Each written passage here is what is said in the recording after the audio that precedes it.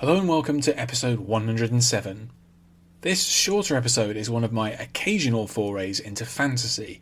Specifically, I'll be covering Pat Murphy's 1986 Nebula Award-winning novel, The Falling Woman. American fantasy in the 1980s is often associated with big, bloated series of novels steeped in Tolkien and Dungeons and Dragons. The Falling Woman is something very different. It isn't set in some imagined world stuck in the Middle Ages. The story occurs in contemporary Mexico, in and around an archaeological dig site. It isn't about wizards flinging fireballs at each other, and there are no chosen ones in sight. It's about three women, and what the science fiction encyclopedia called their triangle of complications. Despite that grounded focus, the novel's fantasy element is vital to its success. With that being said, let's get into this episode. Living with the Dead, The Falling Woman by Pat Murphy.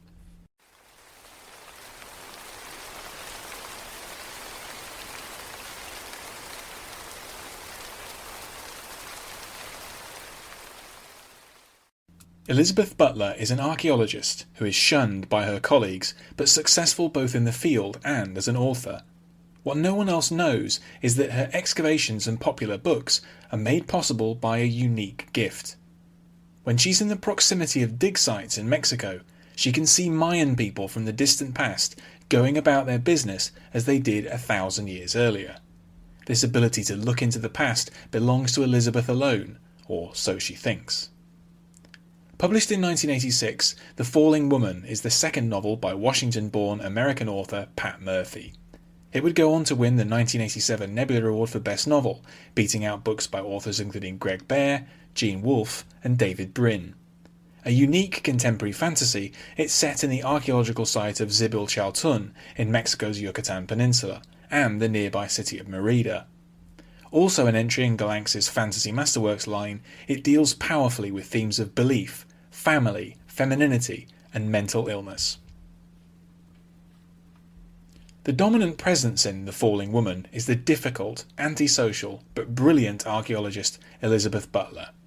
She's a veteran of many digs in Mexico, where her unique ability has secretly contributed to a number of important finds. Like a number of literary detective characters, she's more at ease with the dead than with the living. The daily lives of long-dead Maya villagers make more sense to her than the petty rivalries and romances of her students and colleagues. Butler is between worlds in more than one sense. The inciting incident for the novel's plot is the unexpected arrival of Elizabeth's estranged daughter Diane. Following a bad breakup in Los Angeles, Diane decides to seek out her mother and flies down to Merida to see her. She joins the latest dig at the Maya ruins nearby and makes a number of faltering attempts to re-establish a relationship with her mother. This throws Elizabeth's world out of joint, and the situation is complicated still further by the repeated appearance of a Mayan priestess with dark predictions for the future. The Falling Woman has a relatively straightforward but highly effective structure. The chapters alternate in focus, with some being told from Elizabeth's perspective and some from the viewpoint of Diane. This helps to underscore the difficulties the two women have in understanding each other and their struggle to forge a new link after many years apart. Occasionally, Murphy includes short passages from Elizabeth's new book, which are far more fluent and impassioned than her snatches of reluctant conversation with the living. This is what might be called a literary fantasy novel. To a significant extent, the book reads like a mainstream novel, because its main emphasis is on the relationship between mother and daughter. Murphy's tight focus is on human interactions and the way contemporary people process what they know about the ancient Maya and their culture. To some people on the dig, archaeology is a way to potentially get rich. For others, it's a means to avoid the real world or simply to pass the time. For Elizabeth, it is her whole world, and the arrival of Diane and the priestess destabilise a delicate balance. However, the fantasy element is critical to the book.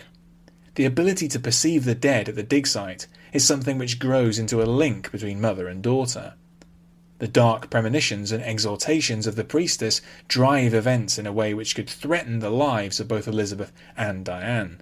Elizabeth's interactions with this figure are an insight into the beauty and horror of the Mayan way of life, at least from a contemporary, so-called civilized perspective.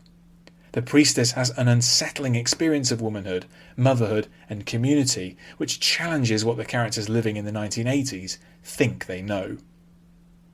All of this is wonderfully executed by Pat Murphy. The book constantly raises the question of whether Elizabeth's visions are a genuine paranormal ability or a complex manifestation of her mental illness. The archaeologist's difficult nature and withdrawal from ordinary society are rooted in her traumatic experiences, which include a period in a secure psychiatric facility. Elizabeth comes to decide that in an unsympathetic, male-dominated world, it matters little what causes her visions. If she was to speak of them, she'd be considered insane and locked up, regardless of the truth. While the central triangle of women characters are at the core of The Falling Woman, Murphy also includes a number of well-rounded secondary figures. Elizabeth has a true friend in her long-standing male colleague, but she doesn't accept or value his attempts to support her. The current crop of students are captured believably with their diverse motivations for being in Mexico. It's a testament to Murphy's vivid depiction of ancient Mayan life that these side stories can sometimes seem unreal or trivial. Indeed, this is why they're so important to the story, as they underscore how consumed by the past the main characters become. Pat Murphy deserves to be a better-known author, even on the strength of this novel alone. Her depiction of a fraught mother-daughter reunion is believable and moving, and the focus on the Mayan world of bloodshed, faith, and mysticism is just as compelling. Throughout the novel, these two very different worlds collide in narratively engaging ways, and the book builds to a powerful and thought-provoking climax. A world away from the Tolkien-derived predictability of much high fantasy, The Falling Woman marries literary sophistication with genre interest and real emotion. It's a classic of 1980s fantasy, and well deserves its inclusion in the fantasy masterworks. Thanks for listening to this episode. You can find more of my writing in text and audio form at my site andyjohnson.xyz. You can also find me on Twitter at andyjohnsonuk, and you can support me at patreon.com/andyjohnson. Catch you next time.